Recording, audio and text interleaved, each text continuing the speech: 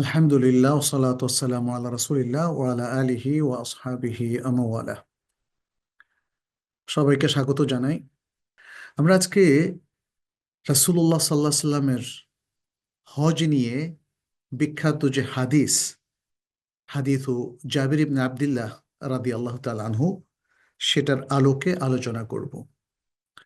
এটি সহিহ মুসলিমের একটি বিখ্যাত হাদিস এবং এই হাদিসে জাবির ইবনে আব্দুল্লাহ রাদিয়াল্লাহু তাআলা আনহু রাসূলুল্লাহ সাল্লাল্লাহু আলাইহি ওয়াসাল্লামের হজকে আমাদের মুসলিম উম্মার সামনে তুলে ধরলেন। তার কাছে আহ, আহ, জাফর ইবনে মুহাম্মদ এর বাবা এসেছিলেন। তিনি হজ সম্পর্কে জানতে চেয়েছিলেন। সেই ভিত্তিতে জাবির ইবনে আব্দুল্লাহ রাদিয়াল্লাহু তাআলা আনহু, যেহেতু রাসূল সাল্লাল্লাহু আলাইহি সাল্লামের বিদায় হজে সঙ্গী ছিলেন, তিনি সে বিষয়টা তুলে ধরলেন। আমরা এই হাদিসটি আপনাদের সামনে পেশ করব। হাদিসটি অনেক বড়। আরবি অংশটা আমরা এখানে বলার তেমন কোনো প্রয়োজন নেই। হয়তো সামান্য কিছু একটু পড়ে আমি শুরু করব, তারপরে আমি বাংলা অংশে চলে যাব। ইমাম মুসলিম রাহমাহুল্লাহ তিনি তার সহিহ মুসলিমের মধ্যে বলছেন, হাদ্দাসানা আবু বকরিন ইবনু আবি শাইবাহ ওয়া ইসহাক ইবনু ইব্রাহিম জামিআন আন হাতিম قال أبو بكر حدثنا حاتم بن إسماعيل البدني عن جعفر بن محمد عن أبيه قال دخلنا على جابر بن عبد الله فسأل عن القوم حتى انتهى إلي فقلت أنا محمد بن علي بن حسين فأهوى بيده إلى رأسي فنزع زري الأعلى ثم نزع زري الأسفل ثم وضع كفه بين ثديي وأنا يومئذ غلام شاب فقال مرحبا بك يا ابن أخي سل عما شئت فسألته وهو أعمى وحضر وقت الصلاة فقام في نساجة ملتحفا بها كلما وضعها على منكبه رجع طرفاها إليه من صغرها ورداؤه إلى جنبه على المشجب فصلى بنا فقلت أخبرني عن أخبرني عن حجة رسول الله صلى الله عليه وسلم فقال بيده فعقد 9 فقال إن رسول الله صلى الله عليه وسلم فقال إن رسول الله صلى الله عليه وسلم مكث 9 سنين لم يحج ثم أذن في الناس في العاشرة أن رسول الله صلى الله عليه وسلم حاج। আমি এতটুকু পর্যন্ত আরবিতে পড়লাম। যেহেতু হাদিস অনেক বড়, শেষ হতে অনেক সময় লাগবে, আমি বাংলাটা আপনাদের সামনে তুলে ধরছি। জাফর ইবনু মুহাম্মাদিন রাহিমাহুল্লাহ, তার পিতা মুহাম্মদ ইবনু আলী ইবনে হুসাইন রাহিমাহুল্লাহ থেকে বর্ণনা করেন। মুহাম্মদ ইবনু আলী রাহিমাহুল্লাহ তিনি বলেন, আমরা জাবির ইবনু আব্দুল্লাহ রাদিয়াল্লাহু তাআলা আনহুর কাছে গেলাম। তিনি সকলের পরিচয় জিজ্ঞেস করলেন। অবশেষে আমার পরিচয় তিনি জানতে চাইলেন। আমি বললাম, আমি মুহাম্মদ ইবনু আলী ইবনু হুসাইন। অতএব তিনি আমার দিকে হাত বাড়িয়ে আমার মাথার উপর হাত রাখলেন। তিনি আমার জামার উপর দিকের বোতাম খুললেন, তারপর নিচের বোতামও খুললেন। এরপর তার হাত আমার বুকের মাঝে রাখলেন। আমি তখন যুবক ছিলাম। তিনি বললেন, হে ভাতিজা, তোমাকে স্বাগত জানাই। তুমি যা জানতে চাও জিজ্ঞেস করো। তখন তিনি বার্ধক্যজনিত কারণে দৃষ্টিশক্তি হারিয়ে ফেলেছিলেন। ইতিমধ্যে সালাত রক্ত হয়ে গেল। তিনি নিজেকে একটি চাদর আবৃত করে উঠে দাঁড়ালেন। তিনি যখনই চাদরের প্রান্ত নিজ কাঁধের উপর রাখতেন, তা আকারে ছোট হবার কারণে নিচে পড়ে যেত। তার আরেকটি বড় চাদর তার পাশে আলনায় রাখা ছিল। তিনি আমাদের নিয়ে সালাতের ইমামতি করলেন। আহ, আমি তাকে তখন জিজ্ঞেস করলাম, আহ, আমি তখন তাকে, মানে যখন তিনি আমাকে বললেন তোমাকে স্বাগত জানাই, তুমি যা জানতে চাও জিজ্ঞেস করো, আমি তখন তাকে জিজ্ঞেস করলাম, আপনি আমাদেরকে রাসূলুল্লাহ সাল্লাহ সাল্লামের হজ সম্পর্কে অবহিত করুন। অর্থাৎ মোহাম্মদ ইবনু আলী ইবনু হুসাইন তিনি জাবির ইবনু আবদুল্লাহ রাদিয়াল্লাহু তাআলা আনহুকে রাসূলুল্লাহ সাল্লাহ সাল্লামের হজ সম্পর্কে অবহিত করার জন্য অনুরোধ করলেন। জাবির রাদিয়াল্লাহু তাআলা আনহু তার নিজের হাতে 9 সংখ্যার প্রতি ইঙ্গিত করে বললেন, রাসূলুল্লাহ সাল্লাল্লাহু আলাইহি সাল্লাম 9 বছর মদিনায় অবস্থান করেন এবং এ সময়ের মধ্যে তিনি হজ করেননি। তারপর 10ম বর্ষে লোকদের মধ্যে ঘোষণা দেওয়া হলো যে রাসূলুল্লাহ সাল্লাল্লাহু আলাইহি সাল্লাম এবছর হজে যাবেন। সুতরাং মদিনায় বহু লোকের আগমন হলো। তাদের প্রত্যেকে রাসূলুল্লাহ সাল্লাল্লাহু আলাইহি সাল্লামের অনুসরণ করতে এবং তার অনুরূপ আমল করতে আগ্রহী ছিল। আমরা তার সঙ্গে রওনা হলাম। আমরা যখন যুলহুলাইফা নামক স্থানে পৌঁছলাম, তখন আসমা বিনতু উমাইস রাদিয়াল্লাহু তাআলা আনহা মুহাম্মদ ইবনু আবু বাকরিন রাদিয়াল্লাহু তাআলা আনহুকে প্রসব করলেন। তিনি রাসূলুল্লাহ সাল্লাল্লাহু আলাইহি সাল্লামের নিকট লোক পাঠিয়ে জানতে চাইলেন, এখন আমি কি করব? তিনি বললেন, তুমি গোসল করো, এক খণ্ড কাপড় দিয়ে পট্টি বেঁধে নাও এবং এহরামের পোশাক পরিধান করো। আহ তার মানে হচ্ছে আহ, এরকম একটা ঘটনা জেল হুলাইফাতে ঘটার যে বিষয়টি, সেটি জাবের ইবনে আব্দুল্লাহ রাদিয়াল্লাহু তাআলা আনহু জানতেন এবং তিনি সেটা এখানে তুলে ধরলেন। মেয়েরা যদি হাইজ বা নেফাসের মধ্যে পড়ে যায়, কিভাবে তারা এহরাম করবে এবং কিভাবে তারা পট্টি বেঁধে এহরাম এর নিয়ত করবে, সেটি এখানে তুলে ধরা হলো। জাবের ইবনে আব্দুল্লাহ রাদিয়াল্লাহু তাআলা আনহু বলেন, রাসূলুল্লাহ সাল্লাল্লাহু আলাইহি ওয়াসাল্লাম মসজিদে 2 রাকাত সালাত আদায় করলেন।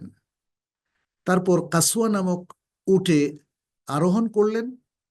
তারপর বাইদা নামক স্থানে তার উট যখন তাকে নিয়ে সোজা হয়ে দাঁড়ালো, তিনি বললেন, আমি সামনের দিকে যতদূর দৃষ্টি যায় তাকিয়ে দেখলাম লোকে লোকারণ্য।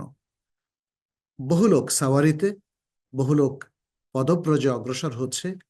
ডান দিকে, বাঁ দিকে এবং পিছনেও একই দৃশ্য দেখলাম। রাসূলুল্লাহ সাল্লাল্লাহু আলাইহি সাল্লাম আমাদের মাঝে ছিলেন এবং তার উপর কোরআন নাজিল হচ্ছিল। একমাত্র তিনি এই কোরআনের আসল তাৎপর্য জানতেন এবং তিনি যা করতেন আমরাও তাই করতাম। এরপর জাবের ইবনে আব্দুল্লাহ রাদিয়াল্লাহু তাআলা আনহু বলেন, রাসূলুল্লাহ সাল্লাল্লাহু আলাইহি সাল্লাম তাওহীদ সম্বলিত তালবিয়া পাঠ করলেন। অর্থাৎ রাসূল সাল্লাল্লাহু আলাইহি সাল্লাম তিনি বলতে চাচ্ছেন, উটের উপর চড়ে তিনি ইহরামে নিয়ত করলেন এবং তাওহীদ সম্বলিত তালবিয়া পাঠ করলেন। লাব্বাইক আল্লাহুম্মা লাব্বাইক, লাব্বাইক লা শারীকা লাকা লাব্বাইক, ইন্নাল হামদা ওয়ান নি'মাতা লাকা ওয়াল মুলক লা শারীকা লাক। এর অর্থ হলো, আমি তোমার দরবারে হাজির হে আল্লাহ, আমি তোমার দরবারে হাজির, আমি তোমার দরবারে হাজির, তোমার কোনো শরীক নেই, আমি তোমার কাছে উপস্থিত। নিশ্চয়ই সকল প্রশংসা নিয়ামত তোমারই জন্যে এবং সমগ্র রাজত্ব তোমারই, তোমার কোনো শরীক নেই। এটা হলো তালবিয়ার অর্থ। জাবির ইবনে আব্দুল্লাহ রাদিয়াল্লাহু তাআলা আনহু বলেন, উপস্থিত সকল লোকেরাও এই তালবিয়া পাঠ করল, যা আজকাল পাঠ করা হয়। রাসূলুল্লাহ সাল্লাল্লাহু আলাইহি সাল্লামের রাসূলুল্লাহ সাল্লাল্লাহু আলাইহি ওয়াসাল্লাম এর থেকে বেশি, অর্থাৎ এই তালবিয়ার চেয়ে বেশি কিছু বলেননি।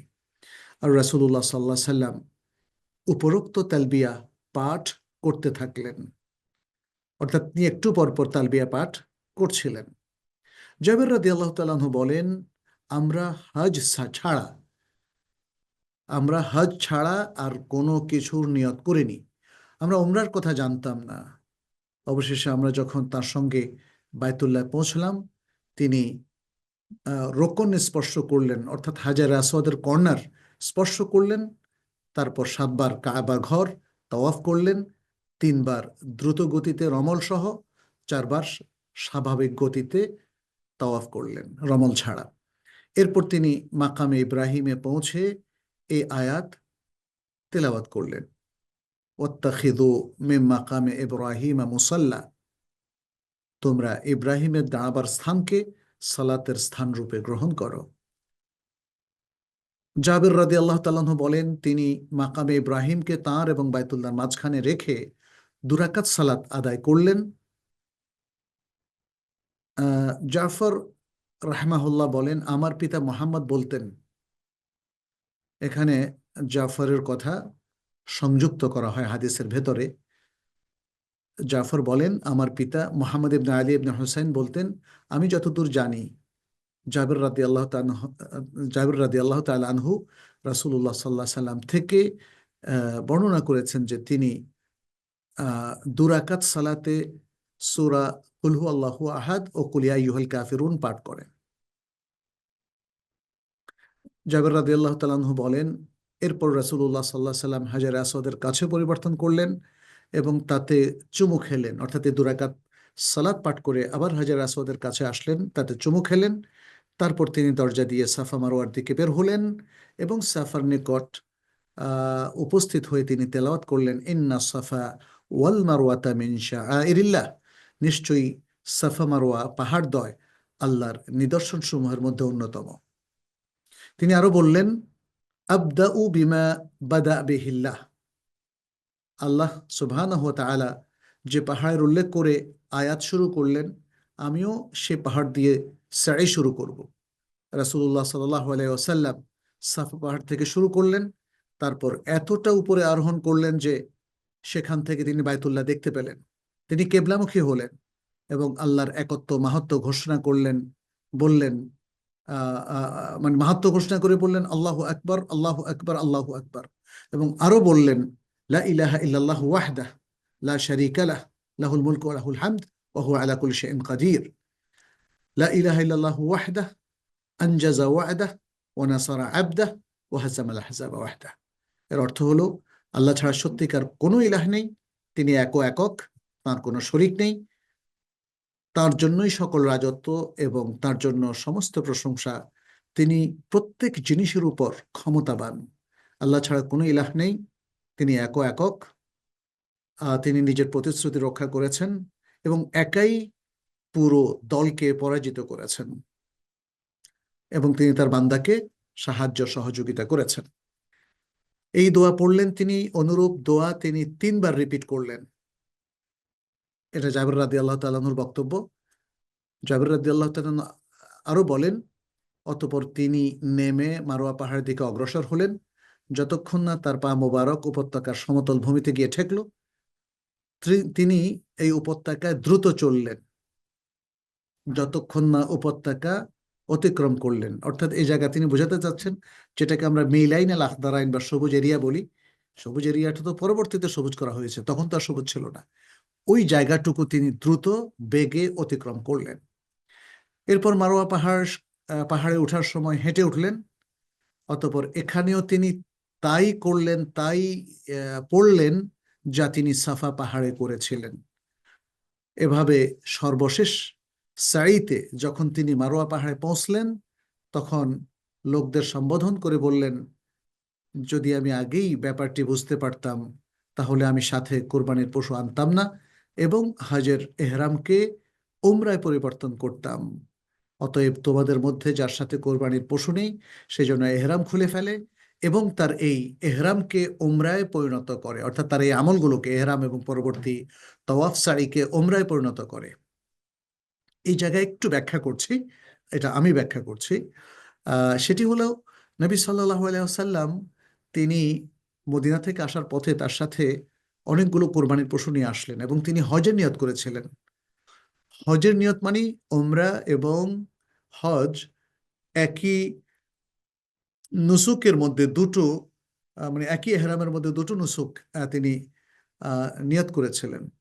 ফলে তিনি যেহেতু হজের নিয়ত করে কোরবানির পশু নিয়ে এসেছেন, অতএব তার পক্ষে হালাল হওয়াটা এটা জায়েজ ছিল না।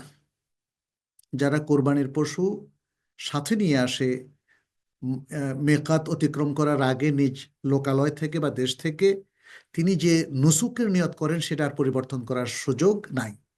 এই জন্য তিনি বলেছেন, যারা কোরবানির পশু সাথে নিয়ে এসেছে তারা প্রত্যেকেই হজের নিয়তে থাকবে। এখন যেহেতু একটা তওয়াফ সারি হয়ে গেছে, অতএব এটা তাদের ওমরা হলো, বাট একই এহরামে তারা হজও করবে, ফলে তারা কেরান হজকারী বলে গণ্য হবে। আর যারা সাথে কোরবানির পশু আনে নাই, তাদেরকে তিনি বললেন, তোমরা এখন ওমরা করে ফেলেছ, অতএব তোমরা হালাল হয়ে যাও। তোমাদের তওয়াফ সাইকে তোমরা ওমরায় পরিণত করো, তোমরা হালাল হয়ে যাও, কারণ তোমরা পশু আনো নাই, অতএব তোমাদের জন্য হালাল হওয়াটা এখন সঙ্গত। আর যারা কোরবানির পশু নিয়ে এসেছে তারা হালাল হবে না। নবী সাল্লাহ সাল্লাম বললেন, আমি যদি আগে ওহির এই ইঙ্গিতটা বুঝতাম, আগে যদি আমার কাছে এলেম থাকতো, গায়েব যদি জানতাম, তাহলে আমি পশু আনতাম না এবং আমিও ওমরা করে হালাল হয়ে যেতাম। কিন্তু আমি যেহেতু পশু এনেছি, সুতরাং আমি আর হালাল হতে পারবো না, আমার সাথে যারা পশু এনেছে তারা হালাল হতে পারবে না। ফলে নবী সাল্লাহ সাল্লাম এবং তার সাথে কতিপয় সাহাবা তারা হজ্জে কেরান করেছিলেন, ওমরা করে তারা আর হালাল হতে পারেন নাই। তারা এহরামের মধ্যেই থেকেছেন, পরবর্তীতে হজ করেছেন, ফলে তাদের ওমরা এবং হজ একই এহরামের মধ্যে হওয়ায় তারা কেরানকারী হয়ে গেছেন। আর যারা পশু আনে নাই তারা প্রত্যেকে তামাত্তুর হজ করেছেন। আমি আশা করি এই ব্যাখ্যাটা আপনারা জানার পরে এখন বুঝে গেছেন যে কথার দ্বারা কি প্রমাণিত হলো। জাবির ইবনে আব্দুল্লাহ রাদিয়াল্লাহু তাআলা আনহু এরপর বলেন, এই সময় সুরাকা ইবনু মালিক ইবনু জুশম রাদিয়াল্লাহু তাআলা আনহু দাঁড়িয়ে বললেন, হে আল্লাহ রাসূল, এই ব্যবস্থা কি এই বছরের জন্য না সর্বকালের জন্য? রাসূলুল্লাহ সাল্লাল্লাহু আলাইহি সাল্লাম নিজ হাতের আঙ্গুলগুলোকে পরস্পরের ফাঁকে ঢুকালেন এবং দুবার বললেন, উমরা হজের মধ্যে প্রবেশ করেছে। আরো বললেন, না, সর্বকালের জন্য, সব সময়ের জন্য। অর্থাৎ তিনি বললেন, এই যে বিধান একই এহরামের মধ্যে উমরা এবং হজ করা এবং কোরবানির পশু আনার কারণে নুসুক পরিবর্তন না করার এই বিধানটা সর্বকালের জন্য, এটা আর কখনো চেঞ্জ হবে না। আর যদি কেউ কোরবানির পশুর সাথে না নিয়ে আসে, তাহলে তারা যে নিয়তেই আসুক না কেন, ওমরা করে তারা হালাল হয়ে যেতে পারবে।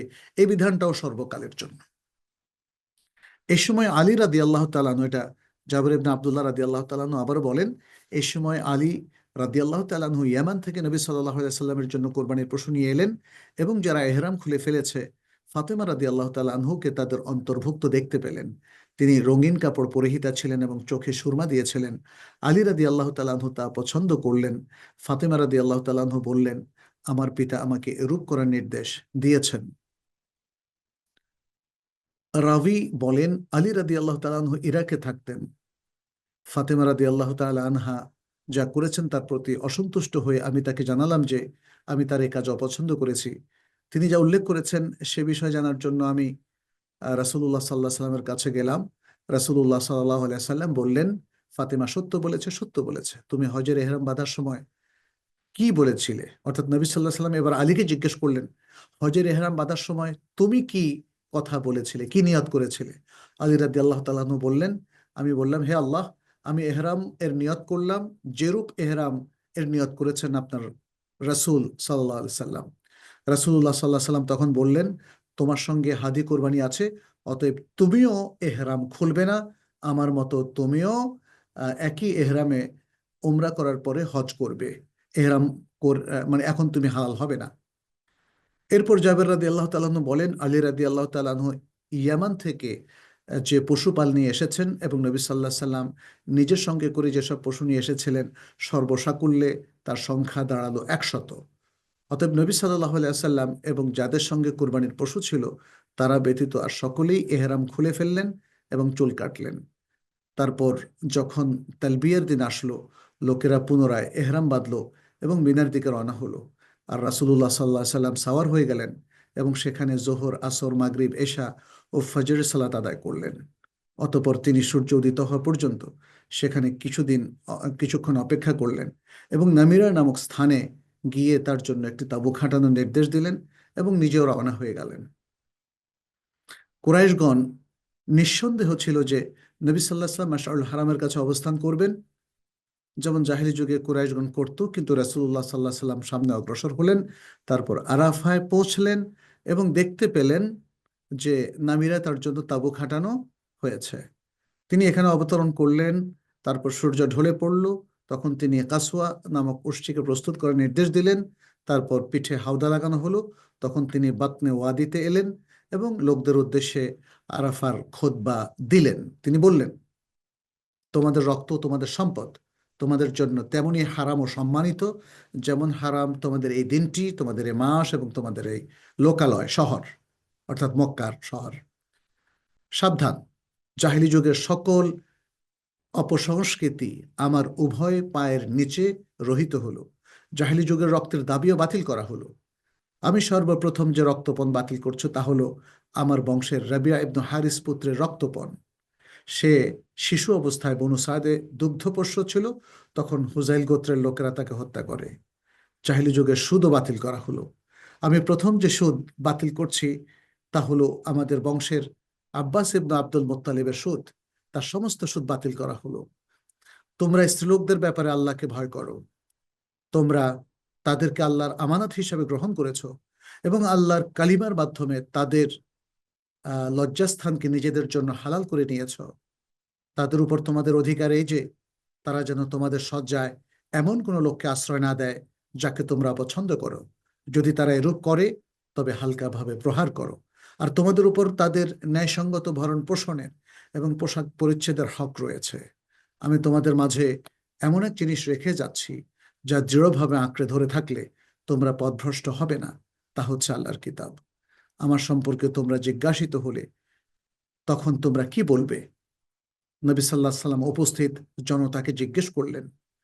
তখন উপস্থিত হাজি সাহেবরা অর্থাৎ সাহাবায়ে কেরাম তারা বললেন, আমরা সাক্ষ্য দিব যে আপনি আল্লাহর বাণী পৌঁছিয়ে দিয়েছেন, আপনার হক আদায় করেছেন এবং সদুপদেশ দিয়েছেন। এরপর নবী সাল্লাল্লাহু আলাইহি সাল্লাম তার শাহাদাত আঙ্গুলি আকাশের দিকে তুলে লোকদেরকে ইশারা করে বললেন, ইয়া আল্লাহ, তুমি সাক্ষী থাকো। এরূপ তিনি 3 বার বললেন। তারপর মুয়াজ্জিন আজান দিলেন, একটা আজান, এবং একামত দিলেন। রাসূলুল্লাহ সাল্লাল্লাহু আলাইহি সাল্লাম একটা একামতের পরে যোহরের সালাত আদায় করলেন। মুয়াজ্জিন আবার একামত দিলেন। রাসূলুল্লাহ সাল্লাল্লাহু আলাইহি সাল্লাম এবার আসরের সালাত আদায় করলেন এবং কসরের সাথে আদায় করলেন, জমা করলেন এই 2 সালাতের মধ্যে। তিনি এই 2 সালাতের মাঝখানে অন্য কোনো সালাত আদায় করেননি। অতঃপর রাসূলুল্লাহ সাল্লাল্লাহু আলাইহি সাল্লাম সালাতের পর উটের উপর সাওয়ার হয়ে মাওকিফ অর্থাৎ ওকুফের জায়গায় আরাফার ভেতরে চলে আসলেন। তার কাসওয়া উটের পিঠ পাথরের স্তূপের দিকে করে দিলেন, পাথরের স্তূপ মানে পাহাড়ের দিকে করে দিলেন, এবং লোকদের একত্র হবার জায়গা সামনে রেখে কেবলামুখী হয়ে দাঁড়ালেন। সূর্যাস্ত পর্যন্ত তিনি এভাবে ওকুফ করলেন। হলদে আভা কিছুটা দূরীভূত হলো, এমনকি সূর্যগোলক সম্পূর্ণ অদৃশ্য হয়ে গেল। তখন তিনি উসামা রাদিয়াল্লাহু তাআলা আনহুকে তার বাহনের পেছন দিকে বসালেন এবং কাসওয়ার নাকের দড়ি সজোরে টান দিলেন। ফলে তার মাথা মাউরিক স্পর্শ করল। মাউরিক হলো সাওয়ারি ক্লান্ত অবসন্নের জন্য যাতে পা রাখে। নবী সাল্লাল্লাহু আলাইহি সাল্লাম ডান হাতের ইশারায় তখন উপস্থিত জনমণ্ডলীকে উদ্দেশ্য করে বললেন, হে জনমণ্ডলী, তোমরা ধীরে সুস্থে অগ্রসর হও। যখনই তিনি বালুর স্তূপের নিকট পৌঁছতেন, কাসওয়ার নাকের রশি কিছুটা ঢিল দিতেন যাতে সে উপর দিকে উঠতে পারে। এভাবে তিনি মুজদালিফায় পৌঁছলেন এবং এখানে একই আজান ও 2 একামতে মাগরিব ও ইশার সালাত আদায় করলেন। এ সালাতের মাঝখানে অন্য কোনো সালাত আদায় করেননি। অতঃপর রাসূলুল্লাহ সাল্লাল্লাহু আলাইহি সাল্লাম শুয়ে পড়লেন যাবত না ফজরের ওয়াক্ত হলো। অতঃপর ভোর হয়ে গেলে তিনি আজান ও ইকামত সহ ফজরের সালাত আদায় করলেন। অতঃপর কাসওয়ার পিঠে আরোহণ করে মাশআরুল হারাম নামক স্থানে আসলেন। এখানে তিনি কেবলামুখী হয়ে আল্লাহর নিকট দোয়া করলেন, তার তাকবীর দিলেন অর্থাৎ তার মহত্ব বর্ণনা করলেন, কালিমা তাওহীদ পড়লেন। কালিমা তাওহীদ হলো লা ইলাহা ইল্লাল্লাহু ওয়াহদাহু লা শারীকা লাহ, লাহুল মুলকু ওয়া লাহুল হামদু ওয়া হুয়া আলা কুল্লি শাইইন কাদির। এই কালিমাটা তিনি মূলত আরাফাতেও পড়েছিলেন। আল্লাহর একত্ব ঘোষণা করলেন। এরপর দিনের আলো যথেষ্ট উজ্জ্বল না হওয়া পর্যন্ত তিনি দাঁড়িয়ে মাশআরুল হারামে দোয়া করতে থাকলেন। সূর্যোদয়ের পূর্বে তিনি আবার রওনা করেছিলেন। তখন ফজল ইবনে আব্বাস রাদিয়াল্লাহু তাআলা আনহু সাওয়ারিতে তার পেছনে বসলেন। ফজল ইবনে আব্বাস রাদিয়াল্লাহু তাআলা আনহু তিনি ছিলেন যুবক, তার মাথার চুল ছিল অত্যন্ত সুন্দর। রাসূলুল্লাহ সাল্লাল্লাহু আলাইহি ওয়াসাল্লাম যখন অগ্রসর হলেন, পাশাপাশি একদল মহিলাও যাচ্ছিল। ফজল রাদিয়াল্লাহু তাআলা আনহু তাদের দিকে তাকাতে লাগলেন। রাসূলুল্লাহ সাল্লাল্লাহু আলাইহি সাল্লাম নিজের হাত ফজলের চেহারার উপর রাখলেন এবং তিনি তার মুখ অন্যদিকে ঘুরিয়ে দিলেন। ফজল তখন অপর দিকে দেখতে লাগলেন। রাসূলুল্লাহ সাল্লাল্লাহু আলাইহি সাল্লাম পুনরায় অন্যদিক হতে ফজলের মুখমণ্ডলে হাত রাখলেন। তিনি আবার অন্যদিকে মুখ ঘুরিয়ে দেখতে লাগলেন। অর্থাৎ নবী সাল্লাল্লাহু আলাইহি সাল্লাম দেখলেন যে মেয়েদের দিকে তিনি তাকাচ্ছেন, ফলে তিনি মেয়েদের দিকে তাকানো ইশারা ইঙ্গিতে তাকে বারণ করলেন, তার মুখ অন্যদিকে ঘুরিয়ে দিলেন। জাবের রাদিয়াল্লাহু তাআলা এরপর বলছেন যে নবী সাল্লাল্লাহু আলাইহি সাল্লাম বাতনে মুহাসসার নামক স্থানে পৌঁছলেন, সাওয়ারির গতি কিছুটা দ্রুত করলেন, তিনি মধ্যপথে অগ্রসর হলেন, মানে মিনাতে এসে পৌঁছলেন, যা জমরাতুল আকাবার দিকে বেরিয়ে গেছে। হ্যাঁ, সেরকম মধ্যপথের দিকে তিনি আগালেন, বৃক্ষের নিকট জমরায় আসলেন।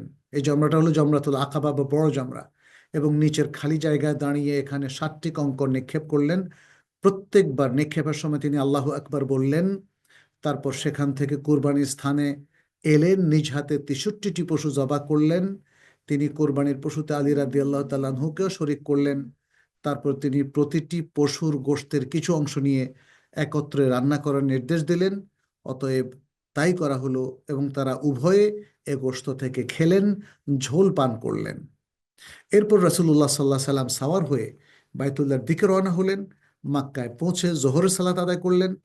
তারপর বনু আব্দুল মুত্তালিবের লোকদের কাছে আসলেন। তারা তাদের লোকদের জমজমের পানি পান করাচ্ছিল। তিনি বললেন, হে আব্দুল মুত্তালিবের বংশধরগণ, পানি তোলো। আমি যদি আশঙ্কা না করতাম যে পানি পান করানোর ব্যাপারে লোকেরা তোমাদের পরাভূত করে দিবে, তবে আমি নিজেও তোমাদের সাথে পানি তুলতাম। তখন তারা তাকে এক বালতি পানি এনে দিল এবং তিনি তার থেকে কিছু পান করলেন। এতটুকু পর্যন্ত জাবির ইবনে আব্দুল্লাহ রাদিয়াল্লাহু তাআলার হাদিস এই রেওয়ায়েতে শেষ হয়েছে। এছাড়া আরো কিছু বর্ণনা আছে, সেখানে আরো কিছু অতিরিক্ত কথা এখানে এসেছে। হ্যাঁ, তো এখানে আমরা যেটা দেখলাম যে রাসূল সাল্লাল্লাহু আলাইহি ওয়াসাল্লাম মক্কা আসলেন, জোহর এখানে এসে জোহর সালাত আদায় করলেন। এরপর তিনি কিন্তু তওয়াফ সারি করে ফেললেন। তওয়াফ সারি করে এই যে পানি পান করার বিষয়টা এখানে আমরা দেখলাম। তারপরে তিনি আবার মিনায় গিয়েছিলেন। মিনায় তিনি 3 দিন অবস্থান করলেন। 10 তারিখ দিবাগত রাত্র, 11 তারিখ এবং সেই দিবাগত রাত্র, 12 তারিখ সেই দিবাগত রাত্র এবং 13 তারিখ পাথর মেরে জাওয়ালের পরে তিনি ফিরে আসলেন। তো এই হচ্ছে হাদিসে জাবির ইবনে আব্দুল্লাহ। কিছুটা সংক্ষেপে, অথচ হজের পরিপূর্ণ বর্ণনা এখানে আমরা দেখলাম যে চলে এসছে। এমনকি রাসূল সাল্লাল্লাহু আলাইহি ওয়াসাল্লামের বিদায় হজের ভাষণেরও অত্যন্ত গুরুত্বপূর্ণ কিছু অংশ তিনি এখানে তুলে ধরলেন। তো এত ডিটেইলস আর কোনো হাদিসে মূলত বর্ণিত হয় নাই। নবী সাল্লাল্লাহু আলাইহি ওয়াসাল্লামের আরো কিছু বর্ণনা, যেটা আরেকটা সনদে ইমাম বুখারী বর্ণনা করেছেন, আমরা সেগুলো একটু আপনাদের সামনে বলতে চাই। যেমন আরেকটা বর্ণনা এভাবে এসেছে যে আবু সাইয়ারা নামক এক ব্যক্তি লোকদেরকে জিনবিহীন গাদার পিঠে করে মুজদালিফা থেকে নিয়ে যেত। রাসূল সাল্লাল্লাহু আলাইহি সাল্লাম যখন মুজদালিফা থেকে আল মাশরুর হারামের দিকে অগ্রসর হলেন, তখন কুরাইশরা নিঃসন্দেহ ছিল যে তিনি এখানে থামবেন, অবস্থান করবেন, কিন্তু তিনি আরো অগ্রসর হলেন এবং কোনো ভ্রুক্ষেপ না করে তিনি আরাফাতে পৌঁছে সেখানে অবতরণ করলেন।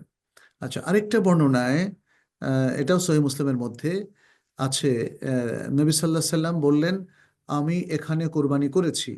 মিনার পুরো এলাকা কোরবানির জায়গা। তাইলে হজের কোরবানিটার জন্য মিনা হলো মানহার বা কোরবানির জায়গা। অতএব তোমরা যার যার অবস্থানে কোরবানি করো, আর আমি এখানে অবস্থান করছি। তিনি এটা আরাফাত সম্পর্কে বললেন যে আমি আমি আরাফাতে অবস্থান করলাম। ও আরাফাত কুল্লাহা মাওকিফুন, আরাফার পুরোটাই মাওকিফ, এখানে যে কোনো জায়গায় ওকুফ করলেই হয়ে যাবে। আর মুজদালিফার ব্যাপারে তিনি বললেন, আমি মুজদালিফায় অবস্থান করেছি, এবং মুজদালিফার পুরোটাই মাওকিফ, এভাবে তিনি বললেন। এটা আমরা দেখতে পেলাম জাবির ইবনে আব্দুল্লাহ রাদিয়াল্লাহু তাআলা আনহুর বর্ণনা এসেছে। আরেকটা বর্ণনা আমরা দেখি যে বলা হয়েছে জাবির ইবনে আব্দুল্লাহর বর্ণনায়, মানে তারই বর্ণনা আরেকটা সনদে, বলা হচ্ছে রাসূল সাল্লাল্লাহু আলাইহি ওয়াসাল্লাম যখন মক্কা এসে পৌঁছলেন প্রথমে হাজার আসওয়াদের নিকট এসে তাতে চুমু খেলেন, অতঃপর তিনি তাওয়াফ করলেন। এভাবে আমরা দেখতে পাচ্ছি যে হাদিসের বর্ণনাটা এসেছে। তো এখানে আমরা দেখি যে জাবের ইবনে আব্দুল্লাহ রাদিয়াল্লাহু তাআলা আনহুর পাশাপাশি অন্যান্য সাহাবায়ে কেরাম অথবা নবীর স্ত্রী আয়েশা রাদিয়াল্লাহু তাআলা আনহা তিনিও হজের কিছু অংশ বর্ণনা করছেন। যেমন আয়েশা রাদিয়াল্লাহু তাআলা আনহা থেকে 2844 নম্বর হাদিস সহিহ মুসলিমে ইমাম মুসলিম বর্ণনা করছেন। আয়েশা রাদিয়াল্লাহু তাআলা আনহা বলছেন, কুরাইশগণ এবং তাদের ধর্মের অনুসারীরা জাহেলি যুগে মুজদালিফা অবস্থান করত। তারা তাদের নামকরণ করছিল আল হুমস, আর সমস্ত আরববাসীরা আরাফাতে অবস্থান করত। যখন ইসলামের আবির্ভাব হলো, আল্লাহ তাআলা তার নবী সাল্লাল্লাহু আলাইহি সাল্লামকে আরাফায় অবস্থান করার এবং সেখান থেকে প্রত্যাবর্তন করার নির্দেশ দেন। আল্লাহর এই বাণীর তাৎপর্য তাই, যেমন তিনি বলেছেন, তুম্মা আফিদু মিন হাইথু আফাদান নাস, অতঃপর অন্যান্য লোক যেখান থেকে প্রত্যাবর্তন করে তোমরাও সেখান থেকে প্রত্যাবর্তন করবে। তাহলে হজের মধ্যে মুশরিকরা যারা নিজেদেরকে আল হুমস আল আচ্ছা আল হুমস, যারা নিজেদেরকে আল হুমস হা দিয়ে আল হুমস বলতো, নিজেদেরকে অনেকটা ব্রাহ্মণের মতো মনে করত, তারা আরাফাতে যেত না। তারা আরাফাতে যেত না। এই জাহিলি যুগের অহংকারী কুরাইশদের অহংকার বাতিল করে কোরআন কিন্তু তাদেরকে আরাফায় অবস্থান জরুরি করে দিল। কারণ আল্লাহ তাআলা বলছেন সুম্মা আফিদু মিন হাইথু আফাদান নাস। হ্যাঁ, এই জন্য নবী সাল্লাল্লাহু আলাইহি ওয়াসাল্লাম কি বললেন? আল হাজ্জু আরাফা, আল হাজ্জু আরাফা। এখানে আমরা হিশাম রাদিয়াল্লাহু তাআলা আনহু থেকে আরেকটা বর্ণনা পাই। এটাও সহিহ মুসলিমের বর্ণনা, 2845 নম্বর হাদিস। এখানে হিশাম তার পিতার সূত্র বর্ণনা করছেন যে ওরওয়া বলেন, ওরওয়া রাদিয়াল্লাহু তাআলা আনহু বলেন, আল হুমস তথা কুরাইশ ব্যতীত সকল আরব উলঙ্গ অবস্থায় বায়তুল্লাহ তওয়াফ করত। কুরাইশ ও তাদের বংশধরগণকে আল হুমস বলা হতো। আরবরা উলঙ্গ অবস্থায় তওয়াফ করত, কিন্তু আল হুমস তাদেরকে কাপড় দান করলে তখন তারা কাপড় পরে তওয়াফ করতে পারত। তাদের পুরুষরা পুরুষদের, মহিলারা মহিলাদের কাপড় দান করত। হুমস মুজদালিফার বাইরে যেত না, আর সব লোক আরাফায় চলে যেত। হিশাম বলেন, আমার পিতা ওরওয়া আয়েশা রাদিয়াল্লাহু তাআলা আনহার সূত্রে আমার কাছে বর্ণনা করেছেন। আয়েশা বলেছেন, আল হুমস যাদের সম্পর্কে আল্লাহ তাআলা এই আয়াত নাযিল করেন, সুম্মা আফিদু মিন হাইথু আফাদান নাস। আয়েশা রাদিয়াল্লাহু তাআলা আনহা বলেন, লোকেরা আরাফা থেকে প্রত্যাবর্তন করত আর আল হুমস মুজদালিফা থেকেই মক্কায় চলে আসতো। তারা বলতো, আমরা কেবল হারাম এলাকা থেকেই প্রত্যাবর্তন করব, হারামের বাইরে যাব না। কারণ আমরা জানি, এটা হাদিসের বাইরের অংশ আমি বলছি, মুজদালিফা মিনা এটা হারামের অংশ, আরাফা হারামের বাইরে।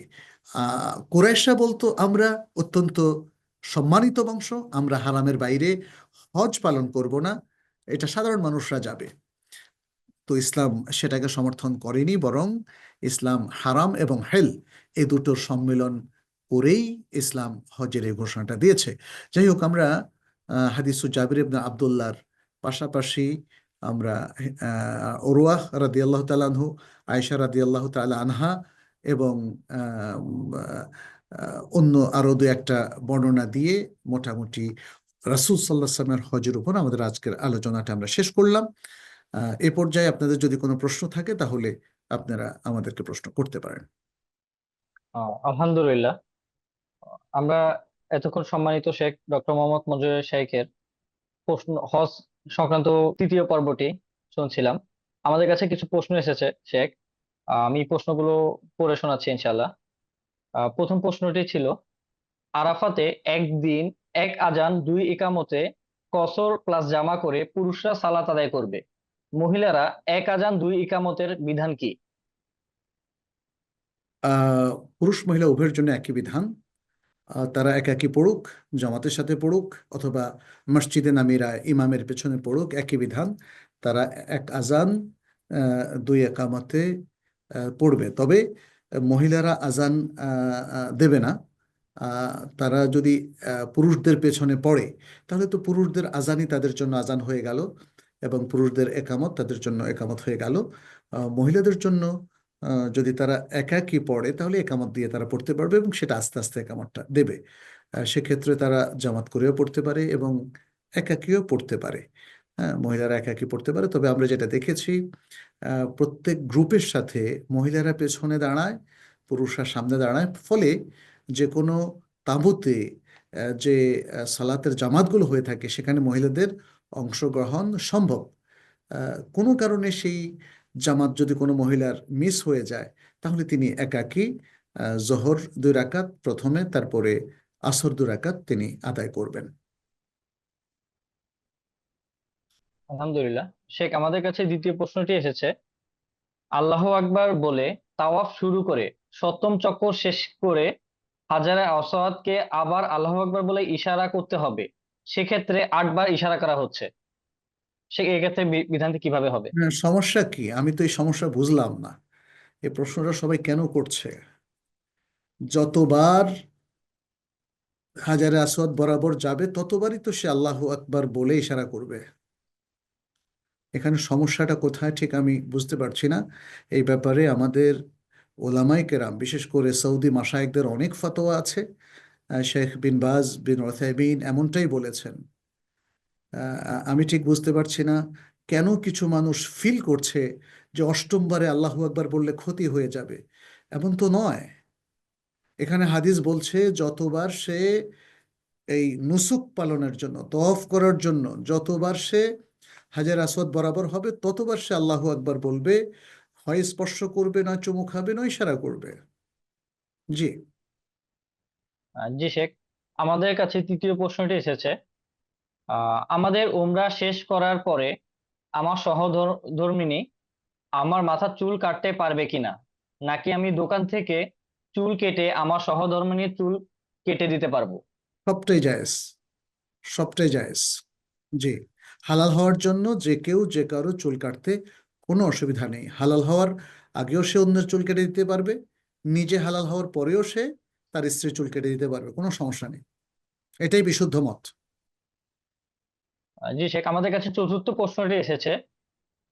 আরাফার দিন হজের তালবিয়া তো আমরা পড়বো, সাথে তাকবীরে তাশরিফ কিভাবে হজের তালবিয়ার সাথে একসাথে বা সুন্নাহ অনুযায়ী কিভাবে পড়লে ভালো হবে? তালবিয়া তো 10 তারিখে শেষ হয়ে যাবে। আইয়ামুত তাশরিকের যে খাস তাকবীর, ওটা তো হাজিদের জন্য মানে 9 তারিখে নাই। 9 তারিখে সে শুধু তালবিয়া পাঠ করবে, লাব্বাইক আল্লাহুম্মা লাব্বাইক, লাব্বাইক লা শারীকা লাকা লাব্বাইক, ইন্নাল হামদা ওয়ান নি'মাতা লাকা ওয়াল মুলকা লা শারীকা লাক। এর পাশাপাশি সে কালিমাতুত তাওহীদ উচ্চারণ করবে, লা ইলাহা ইল্লাল্লাহু ওয়াহদাহু লা শারীকা লাহ, লাহুল মুলকু ওয়া লাহুল হামদু ওয়া হুয়া আলা কুল্লি শাইইন কাদির। এবং আরাফার দিন সে দীর্ঘ সময় দোয়ায় ব্যয় করবে, জোহরের পর থেকে নিয়ে একদম সূর্য অস্ত যাওয়া পর্যন্ত, যেটা হাদিসে জাবির ইবনে আব্দুল্লাহ রাদিয়াল্লাহু তাআলা আনহুর মধ্যে আমরা জানতে পারলাম। সেখানে তো কোনো আইয়ামুত তাশরিকের খাস তাকবীরের কোনো কথা বলা হয়নি। যারা হাজি তারা খাস যে তাকবীর, সেটি 10 তারিখ জোহর থেকে শুরু করবে। আল্লাহু আকবার, আল্লাহু আকবার, লা ইলাহা ইল্লাল্লাহু, আল্লাহু আকবার, আল্লাহু আকবার ওয়ালিল্লাহিল হামদ। এই ব্যাপারে আমাদের সৌদি উলামায়ে কেরাম মাশায়েখ তাদের সুস্পষ্ট পরামর্শ এবং ফাতাওয়া রয়েছে। জি শেখ, আমাদের পঞ্চম যে প্রশ্নটি এসেছে, আহ, এক ভাই করেছেন। তিনি জানতে চেয়েছেন যে হজের তাওয়াফে আমাদের নর্মাল যে ড্রেস পরে থাকি সেই ড্রেস কি পারমিসিবল কিনা। হজের তাওয়াফে আমরা রেগুলার নর্মাল যে ড্রেস পরে থাকি সেই জামা কাপড় কি পরা যাবে কিনা? হ্যাঁ, পরা যাবে, যদি তিনি হালাল হওয়ার পরে তাওয়াফটা করেন। অনেকে হালাল হওয়ার আগে তাওয়াফ করে, তখন তো তার শরীরে যেহেতু হালাল হয়নি, আহ, আহ, তার তার এহরামের কাপড় থাকতে হবে। যেমন অনেকে সকালে আহ, ফজরের পর পর কঙ্কর নিক্ষেপ করে মক্কায় চলে যায় এবং সে তওয়াফ সারি করে ফেলে কঙ্কর নিক্ষেপের পরে, পরে আইসা কোরবানি করে। এটা জায়েজ আছে, এটা জায়েজ আছে। আর যদি সে রাসূল সাল্লাল্লাহু আলাইহি ওয়াসাল্লামের তারতিব রক্ষা করে, সেটাও উত্তম। প্রথমে কঙ্কর নিক্ষেপ করলো, তারপরে কোরবানি করলো, তারপরে হালাল হলো, এবং তারপর সে মক্কা চলে গেল, তওয়াফ এবং সাই করলো। এই 10ম দিনে 5টা কাজ। কিন্তু কোনো কোনো কাজ এবং কোরবানি সে 10 তারিখের পরেও করতে পারে, কোরবানি সে 11 তারিখে করতে পারে, 12 তারিখে করতে পারে, এবং তাওয়াফও সে একটু তাখির বা বিলম্ব করতে কোনো অসুবিধা নেই। জি শেখ, আমাদের ষষ্ঠ যে প্রশ্নটি এসেছে, আমি 10 তারিখে সব কয়টা জমার রাতে পাথর মেরে কুরবানি করে শুধুমাত্র তাওয়াফ সাই বাদ রেখে হালাল হতে পারবো কিনা? এই ফরজ তাওয়াফ ও সাই আগামী একদিনের মধ্যে করলে হবে কিনা, এবং একই সাথে জি, বিদাতি তাওয়াফ করতে পারবো কিনা? এই বিদায়ী তাওয়াফ, সরি। হ্যাঁ, ওনার বিদায় তওয়াফ ব্যতিরেকে যে প্রশ্নটা করা হলো তার উত্তর আমি আগের প্রশ্নে দিয়ে দিয়েছি। তিনি 10 তারিখের পরেও করতে পারবেন, তওয়াফ ছাড়াই 10 তারিখের পরে করতে পারবেন, এবং তিনি 10 তারিখে পাথর মেরে হালাল হয়ে যেতে পারবেন। আহ, এবং আহ, 3টা কাজ তো, পাথর মারা, কোরবানি করা এবং হালাল হওয়া, 3টা কাজের মধ্যে যে দুটো কাজ করলে তিনি প্রাথমিক হালাল হয়ে গেলেন, আর তওয়াফ সারি করলে পরিপূর্ণ হালাল হলেন। এখানে তওয়াফ সারিটা খুব জরুরি। যাদের সাথে স্ত্রী আছে তারা পাথর মারা, কোরবানি, তারপর হালাল হওয়া, তওয়াফ সারি, এসব কিছু কমপ্লিট করে তারা স্ত্রীদের সাথে মেলামেশা করবেন। আচ্ছা, এটা গেল। আর তিনি বিদায় তওয়াফের কথা বলছেন। বিদায় তওয়াফ তিনি হজের তওয়াফের সাথে তখনই করতে পারবেন যদি তিনি 12 তারিখে এই তওয়াফ করে বা 13 তারিখে তওয়াফ করে দেশে চলে আসবেন। তার ফ্লাইট 12 তারিখে অথবা 13 তারিখে, তখন তিনি 13ই জিলহজের কথা বলছি আর কি, 12ই জিলহজ অথবা 13ই জিলহজ তিনি তাওয়াফ করে, যে একটা তওয়াফ করে যে তওয়াফে তিনি একাধারে হজের তওয়াফ এবং বিদায় তওয়াফ হিসাবে তিনি গণ্য করছেন, সেভাবে করে এবং তারপর সাড়ি করে, সাড়িটা যদি তিনি আগে করে থাকেন তো তাহলে আর সাড়ি লাগবে না।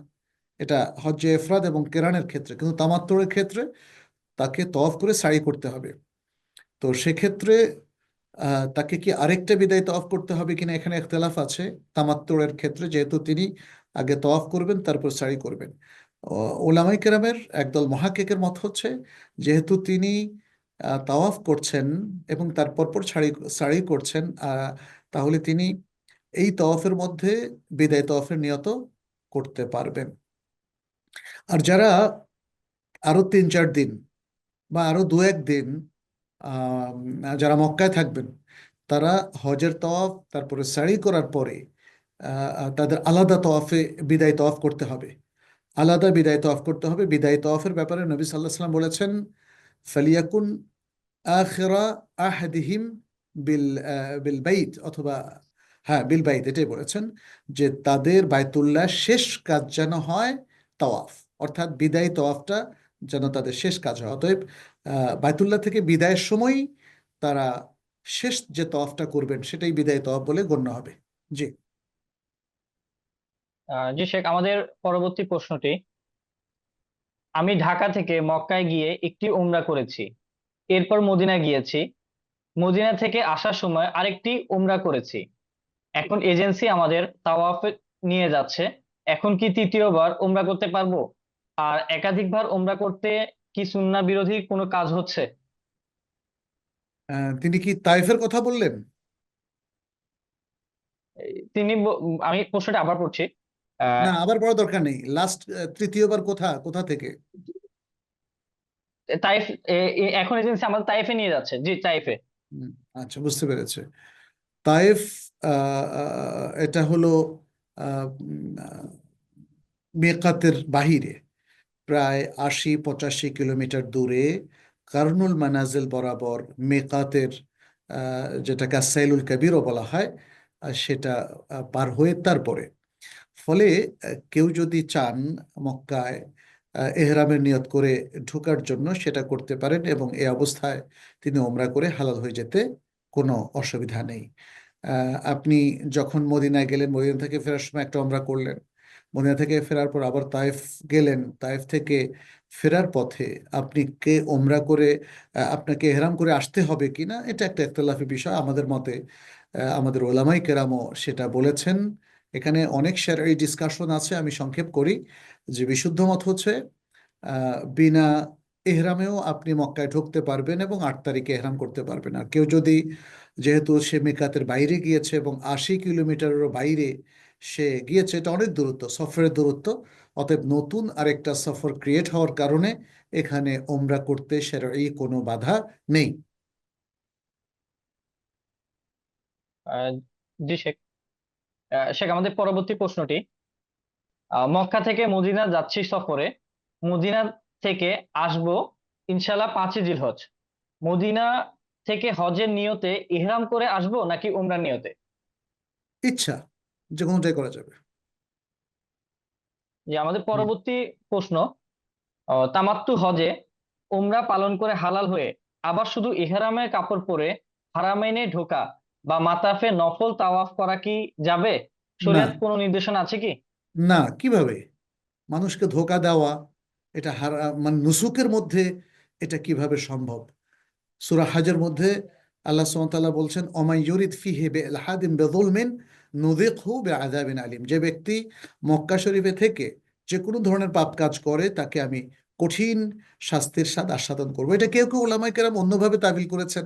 তারা মনে করেন যে সে তো কোনো পাপের ইচ্ছা করে নাই, সে তওয়াফের ইচ্ছা করছে, যেহেতু তারা তাকে ওমরার পোশাক ছাড়া ঢুকতে দিচ্ছে না। হ্যাঁ, এটা এটা আসলে সঠিক ব্যাখ্যা নয়। এটা একটা মাসলাহা। হজের বা বিভিন্ন সিজনে মাতাফের মধ্যে যদি যারা নফল উমরা করতে পারে তাদেরকে ঢুকতে দেওয়া হয়, তাহলে আসল উমরাকারীরা অনেক কষ্টের মধ্যে পড়ে যায়, বিশেষ করে মহিলারা। অতএব কেউ তো তাদেরকে নিষেধ করছে না। আমরা জানি মাতাফ, নিচের মাতাফ ছাড়াও ছাদে, দোতলায়, একতলায়, বিভিন্ন জায়গায় তওয়াফ করতে কোনো অসুবিধা নেই। অতএব ওমরাকারী নয়, কিন্তু ওমরাকারীর পোশাক পরে ভান করে মিথ্যার আশ্রয় নিয়ে মাতাফের মধ্যে তওয়াফ করতে যাওয়াটা, এটা একজন ওমরাকারী এবং হজকারীর জন্য সঙ্গত নয়। অতএব সেটা না করার জন্য আমরা পরামর্শ দিচ্ছি। জাযাকাল্লাহু খাইরান। শেখ, আমাদের পরবর্তী প্রশ্নটি, হজের নিয়া করার পর হারামে গিয়ে হায়েজ হয়ে গেলে করণীয় কি? সবকিছু করবেন, তওয়াফ করবেন না, আর যেটু মসজিদের ভিতরে সাড়ি করবেন না, আর নামাজ পড়বেন না, আর সবকিছু করবেন। এরপর যখন ফ্রি হবেন তখন তওয়াফ সাড়িগুলো সেরে নেবেন। জি আলহামদুলিল্লাহ। শেখ, আমাদের সর্বশেষ আজকের আয়োজনের প্রশ্নটি, 7 তারিখ মিনায় নিয়ে চলা যায়, মি- আহ, মিনায় নিয়ে চলা যায়, হজের নিয়া 8 তারিখ মিনাতে করব নাকি 7 তারিখ হোটেলে আহ থেকে বের হয়ে করব? এটা দুটোই জায়েজ আছে। নবী সাল্লাল্লাহু আলাইহি সাল্লাম 8 তারিখে সকালে আহ, আহ, মক্কায় যেখানে অবস্থান করছিলেন সেখান থেকে মিনায় যান। এটা করতে পারলে সবচেয়ে উত্তম। কিন্তু অনেক সময় দলের সবাই ট্রাফিক, নানা কারণে, এবং অনেক সময় দেখা যায় যে সৌদি মোয়াল্লেম হোক, লোকাল মোয়াল্লেম হোক, বা বাঙালি মোয়াল্লেম হোক, যেই হোক, তারা গাড়িটা সকালবেলা দিতে পারে না, হয় রাত্রে দিতে পারে, না অনেক দেরি করে দেয়। সবকিছু মিলিয়ে নবী সাল্লাল্লাহু আলাইহি সাল্লামের টাইমিংটা, যেমন ফজরের পরের টাইমটা অনেকে রক্ষা করতে পারেন না, একটু এদিক ওদিক হয়ে যায়। এতে কোনো সমস্যা নাই, এতে কোনো সমস্যা নাই। কেউ যদি মনে করে যে যেহেতু রাসূল সাল্লাল্লাহু আলাইহি ওয়াসাল্লাম মক্কা থেকে মিনায় যাওয়ার পথেই এহরাম করে ফেলেছেন, তাহলে মক্কা থেকে তিনি এহরামের কাপড় পরতে পারেন, এটা জায়েজ আছে। আর 8 তারিখ তো 7 তারিখ সন্ধ্যার সূর্য অস্ত যাওয়ার সাথে সাথে শুরু হয়ে যায়। অতএব টাইমিংয়ে শুধু একটু এদিক এদিক হয়েছে। 7 তারিখ ফজরের পরে যদি কেউ 10টায় মিনায় যান, ওকে, 11টায় মিনায় যান, ওকে। নবী সাল্লাহ সাল্লাম তো যেটা বোঝা যাচ্ছে চাষতের সময়, অর্থাৎ 8টা 9টার দিকে পৌঁছে গেছেন, জোহরের আগে তিনি পৌঁছে গেছেন। তো এক্সাক্ট টাইমটা আর যদি একটু এদিক ওদিক হয় তাতে কোনো সমস্যা নেই। এবং তিনি যদি মনে করেন যে তিনি মিনায় গিয়ে এহরামে নিয়াত করবেন, সেটাও জায়েজ আছে। অথবা তিনি যদি মনে করেন যে মক্কা থেকে বাসে ওঠার সময় তিনি এহরামে নিয়াত করবেন, সেটাও জায়েজ আছে। হজের এহরামে নিয়ত, এটা জায়েজ আছে। আমরা আমাদের শায়েখদেরকে দেখেছি, যখন আহ, আহ, আমাদের শায়েখদের সাথে ছাত্রদের একটা টিম ছিল, আমিও ছিলাম। আমরা মক্কায় 2-1 দিন আগে চলে এসেছি। আমরা একবার 7 তারিখ সন্ধ্যায় আমাদের শায়েখরা সহ বড় বড় শায়েখরা সহ আমাদেরকে বিনায় স্পেশাল একটা জায়গা নিয়ে গিয়েছিল, যেখানে আমাদের শায়েখদের অবস্থান ছিল, যেহেতু তারা দাওয়াতি উদ্দেশ্যে সেখানে গিয়েছিলেন। আমরা অনেক শায়েখকে দেখলাম তারা মিনায় চলে গিয়েছিলেন এহরাম ছাড়া, এবং 8 তারিখ সকালবেলায় চাষতের সময় তারা এহরামে নিয়ত করেছেন। আবার অনেককে দেখলাম তারা চিন্তা করেছেন যে মক্কা থেকে যাওয়ার সময় এহরাম করাটা উত্তম, সেই হিসেবে তারা মক্কা থেকে যাওয়ার সময় আগের দিন রাতে এহরাম করে নিয়েছেন। আল আমরু ফিহি ওয়াসি'আ, অর্থাৎ এখানে শরিয়াত আমাদেরকে কোনো কিছু বাধ্য করে না, বরং এখানে আগে পরে করার সুযোগ রয়েছে। আল্লাহু তাআলা আলাম। জি, জাযাকাল্লাহ খাইরান। আলহামদুলিল্লাহ, আপনারা অনেকজন অনেক প্রশ্ন পাঠাচ্ছেন। আমাদের পরবর্তীতে আরেকটি প্রশ্নোত্তর পর্ব অনুষ্ঠিত হবে। আপনাদের প্রশ্নগুলো ইনশাল্লাহ আমরা সেই পর্বে আলোচনা করব। কিন্তু সর্বশেষ একটি প্রশ্ন শেখ একজন বোন পাঠিয়েছেন। আমি অনুরোধ জানাচ্ছি এই প্রশ্নটি আমরা নিচ্ছি। আপনাকে অনুরোধ জানাচ্ছি উত্তর দেওয়ার জন্য। আহ, আমাদের বোন জানতে চেয়েছেন, মসজিদুল হারাম হোটেল থেকে প্রায় 1.5 কিলোমিটার দূরে হওয়ায় একটি হোটেলের নারীদের জন্য 5 ওয়াক্ত জামাতে পড়াটা সালাত জামাতে পড়াটা কষ্টকর হয়ে যাচ্ছে। তারা নফল তাওয়াফ করতে পারছে না। সেক্ষেত্রে তাদের কোনটা প্রাধান্য দেওয়া উচিত? কাবায় 5 ওয়াক্ত জামাত পড়াটা, নাকি হোটেলে কিছু ওয়াক্তে সালাত পড়ে নফল তাওয়াফের পরিমাণ বাড়ানো? কোনটা ফজিলত বেশি? নফল কাজ তো নফলই, উনি ওনার সাধ্য মতো যেটা করতে পারেন সেটাই উত্তম। মেয়েদের জন্য মসজিদে যাওয়াটা বাধ্যতামূলক নয়, অতএব হারামেও বাধ্যতামূলক নয়, পাশের মসজিদও বাধ্যতামূলক নয়। তিনি তার নিজের রুমেও পড়তে পারেন। মসজিদে যদি মেয়েদের আলাদা সুন্দর ব্যবস্থা থাকে, তাহলে মসজিদে যাওয়াটা উত্তম হতে পারে, যেহেতু অনেক লোকের জামাত। আর যদি মসজিদুল হারামে তিনি সহজে যেতে পারেন, সেটা উত্তম হতে পারে। যখন সুযোগ পাবেন নফল তাওয়াফ করবেন। এখানে এমন এত কম্পারিশনের কোনো কারণ নেই। তার জন্য যেভাবে রুটিন করলে সুন্দর করে তিনি নিজের শরীরের হক আদায় করবেন, আল্লাহর হক আদায় করবেন, আবার নফল ইবাদত সাধ্যমতো আদায় করতে পারবেন, সেটা তার জন্য উত্তম। এবং আমি মনে করি সামনের যে হজের দিনগুলো আছে, সেই সময় যাতে শক্ত সামর্থ্য থেকে সুন্দরভাবে হজ পালন করতে পারেন, সেই প্রস্তুতির কথা মাথায় রেখেই তিনি প্ল্যান করবেন। জি, আমার মনে হয় এতটুকু আজকে থাকুক। আমি সবার জন্য আল্লাহর পক্ষ থেকে তৌফিক কামনা করি। আল্লাহর ফজল ও করম এবং বারাকা যেন আমাদের উপর বর্ষিত হয়। আল্লাহ যেন আমাদের আমলগুলোকে কবুল করেন। বিশেষ করে যারা এবার হজে যাবেন, আল্লাহ যেন তাদেরকে হজ্জে মাবরুরের তৌফিক দান করেন, সে দোয়া আমিন। করছি। এবং সবার কাছে আমাদের জন্য একটু দোয়া চেয়ে নিচ্ছি। আল্লাহ যেন মুসলিম উম্মার কল্যাণে আমাদের এই প্রজেক্টগুলোকে, ইমাম বুখারী ট্রাস্টের যত প্রজেক্ট আছে, কুল্লিয়াতুল কোরআন, আমাদের তাইবা একাডেমি সহ এসব কিছুকে আল্লাহ যেন কবুল করে নেন। আল্লাহর কাছে সেই আহ, প্রার্থনা এবং সুআল রেখে, আহ, দোয়া রেখে আজকের মতো এখানে শেষ করছি। হাদা সাল্লাল্লাহু ওয়াসাল্লামা আলা নবিয়ানা মুহাম্মদ ওয়া আলা আলিহি ওয়া আসহাবিহি আজমাইন। সুবহানাকাল্লাহুম্মা ওয়া বিহামদিক, আশহাদু আল্লা ইলাহা ইল্লা আনতা আস্তাগফিরুকা ওয়া আতুবু ইলাইক।